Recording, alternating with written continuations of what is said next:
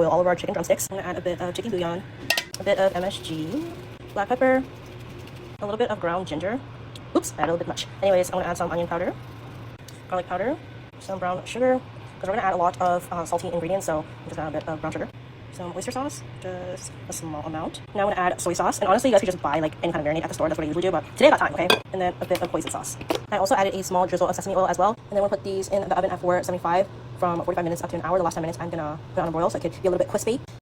Okay, so I added half of a sweet onion, half of an English cucumber, and also some green onions that I have left over, and obviously the cilantro, but you can't see it. The dressing calls for some vinegar, sugar, a little bit of water to dilute that vinegar, and then I added some sesame oil, onion, and garlic powder, and ground ginger powder. What else? I don't know if I said sesame oil yet, but honestly you could just use a salad dressing if you want. You could add whatever. That's what she looks like. I know it looks a little plain, but it's really fucking good. Just things are looking like, and I've made a video, I don't know, sometime earlier this week. Regular mustard, but I'm gonna use Dijon mustard as a binder. It's not gonna taste like mustard. Oh my god, I'm so sorry.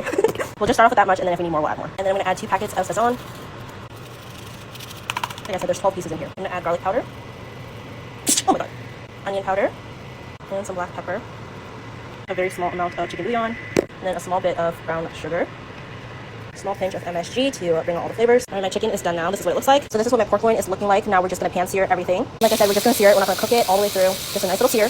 It looks good already. It's glistening. It's talking to me. Anyways, we're just gonna set these aside for now. Okay, so in my little pan slash pot, whatever, is some sauteing olive oil, and I have it on medium high heat. I have my garlic, my sweet onion, and my mushroom. I think I use about 1.5 sweet onion and a whole pack of mushrooms, and I just cut them up after I wash them. I'm not gonna add anything to this just because we're gonna add some gravy, and the pork chops are already seasoned. Once everything is softened and translucent, I'm gonna add half of the gravy into the same pot slash pan. And this is just some brown gravy that I got from the store. You don't have to use, store-bought. You can make your own. You can make it from scratch. But I, however, find it just easier to just re-season the gravy packet. Anyways, now we're gonna add in the pork chops. Don't throw away the juice. Add it to your pot as well. All that oiliness, flavor. All right, I added half a stick of unsalted butter. You can see that I cut them into tiny little slices, and then I just poured the rest of the gravy on top. And then now we're gonna just put the lid on it, and then we're gonna cook it on low heat for about 3 hours. So go do something while it's cooking.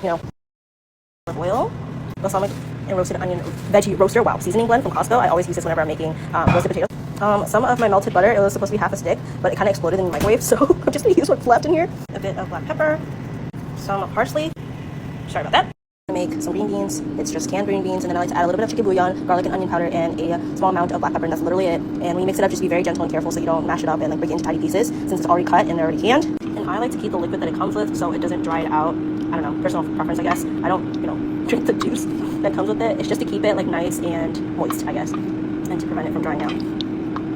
This is what the potatoes should look like when they're done. Okay, we just got back. I don't know if you guys can see that. My last clip in this video got deleted once again. I don't know what the fuck's going on, but I think it's been more than 3 hours. It's more like 5, and they're falling into pieces at this point. So now I'm just gonna pack this. But this is what my spread looks like.